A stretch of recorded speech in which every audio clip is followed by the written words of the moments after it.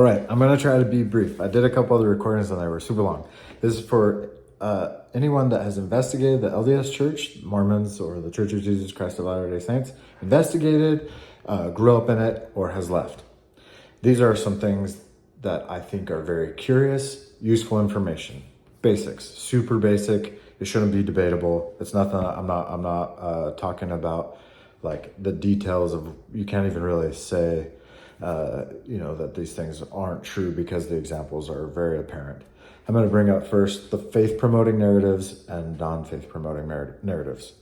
In the church, we, if you say certain things over the pulpit, you'll be asked to sit down. Or there's certain things that the missionaries teach out the gate, and there's certain things that they don't. You have to wait till later. Many people are baptized without figuring them out, like Joseph's a polygamist. No one puts that in discussions. The missionaries don't preach that. So you've got like the first vision is a faith promoting story. So that's taught. You have gatekeeping that happens, and who's in charge of that? You wonder, like, is there somebody? There is actually. So in my studies, I found that there's a committee called the Correlation Committee that is the gatekeepers of what stuff goes into manuals, into the Preach My Gospel, into seminary and higher education religious classes, like what's in the ensign. Those things are basically, this is okay and this isn't. A recent example is there was a lady that was talking about Heavenly Mother too much and was asked to stop talking about that because it was getting to be too much. So those are things that happen quite often. Everything has to be okayed by the committee and by leaders before they could give their conference talk, let's say, as an example. So why have a gatekeeper is a question. It's worth asking. If the church restoration is what it comes to be, then, they were just men and, some mistakes got made. Mistakes are learning experiences. When you repent, you learn. What did you learn? And what did further revelation help you to become? How did you grow from it? Those are also faith promoting, but some things are not allowed to be said. They're not good for PR, whatever. It's a little interesting. Then this one, you have the gospel topics essays. On my mission, and about a couple hundred different times growing up, I was told to bear my testimony on. It was 4 things. There was a letter that came out, and they said, preach or testify of God the Father, of the Son, of Joseph Smith. Oh, maybe I'm saying that wrong. It was Jesus, the living prophet, Joseph Smith the prophet, and did I say Book of Mormon already? Anyways, Book of Mormon, living prophet, church is true. Don't do travelogues, they said. Anybody that spent an extended amount of time in the church, you would know that. So they're like, stay on topic. So the direction is to be more, useful. Don't waste people's time with weird stories. Whatever. That might be offensive to say it that way, but there was a need to say anything about it. So, to the seeker of truth that wants to have their eyes open to the possibilities of the church's claim that the Church of Jesus Christ of Latter-day Saints is the only true church on the planet. It's supposed to be a perfect church, imperfect leaders, members, of course. So the premise that's when you have bias, you take a premise, a presupposed thing that's true, and you find ways to fill it up. You find emotions, you find testimonies. Monthly, the church does testimony meetings. You make sure that you're holding to the rod and you read the Book of Mormon, whatever. You don't read things that might be false, that's possible of being false. Basically, that's not church sanctioned or, purely friendly to the church, because they demonize anyone that has anything different than what the church says. They must have a devil of some sort. So that's interesting. But anyways, This is on the church website, Gospel Topics Essays. The thing that I had said probably the most, a couple hundred times, and several hundred times on the mission. Sometimes it's in the first discussion. Sometimes I would say it on the street when I was preaching to people, talking in wherever we were. It is this first vision. So you have 4 versions that are on this Gospel Topics Essays. Get in. You can read what they say about it, but read the actual visions themselves. I've done analytics of what's in the first, what's in the second, third, fourth, and check the boxes of what things are in each of them. Pillar of light is in all of them.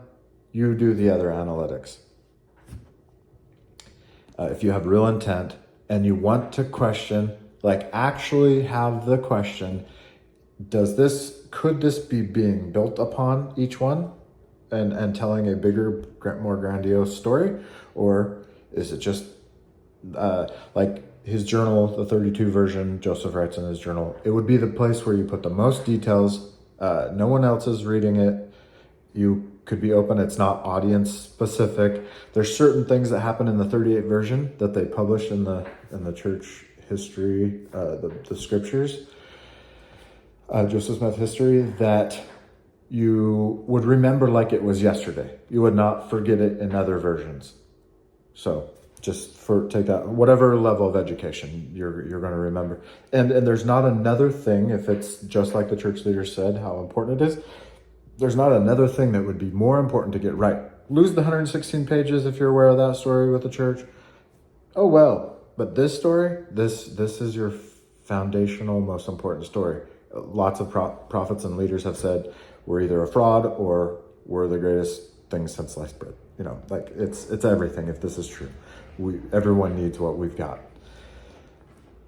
Okay, so I'm just setting, this is a framework because this is useful information if you're wondering if you're in the church and you're wondering what's going on with your loved one, what's going on, what are they thinking? These are some basic things that aren't super overly trying to be combative, but they're worth like the things that make you go, without being overly like, this is direct. Next thing, BYU did a study, and I'll leave the link for the first vision and this BYU study of Clark, a commentator on the Book of Mormon, on the Bible during Joseph Smith's time. JST is his Joseph Smith's translation. BYU published that they found this Clark guy's commentary in JST of Joseph Smith. And it ends up in the Book of Mormon, along with other errors of the same version of the Bible that Joseph had. But the Book of Mormon was supposed to be,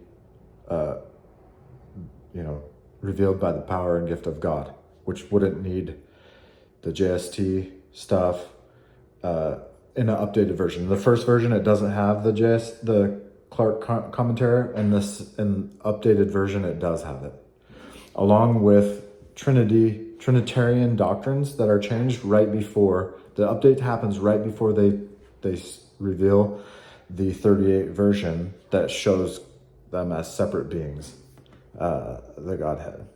So,